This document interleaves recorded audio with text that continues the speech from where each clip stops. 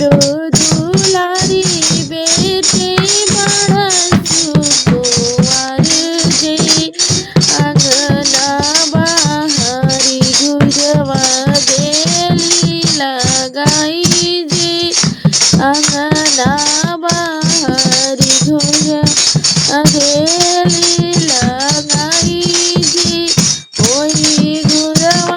जमी गईले चंदना का पेड़ा जी चंदना कटाई के डोलिया बनावे जी चंदना कटाई के घोड़ावा चढ़ली आइले दुल्हा सुंदर दुल्हा चला धानी अपनी नगर जी चला धानी अपनी नगर जी अपनी नगर धानी बड़ा मन भावन जी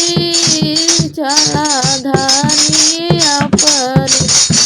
घर जी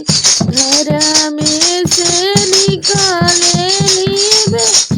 हो सुंदर बेटी सुनी स्वामी अर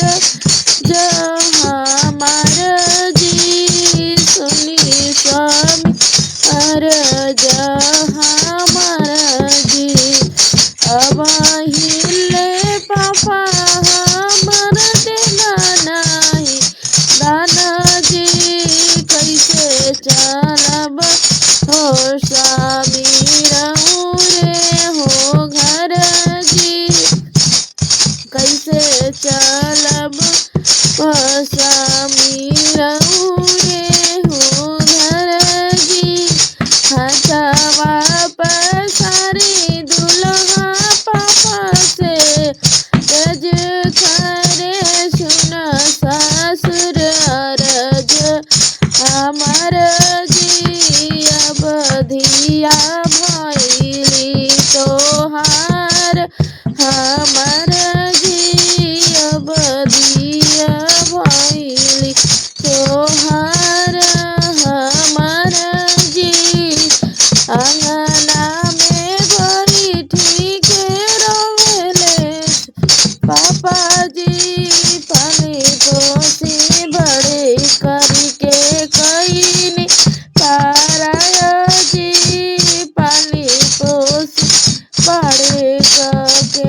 कईनी पाराया जी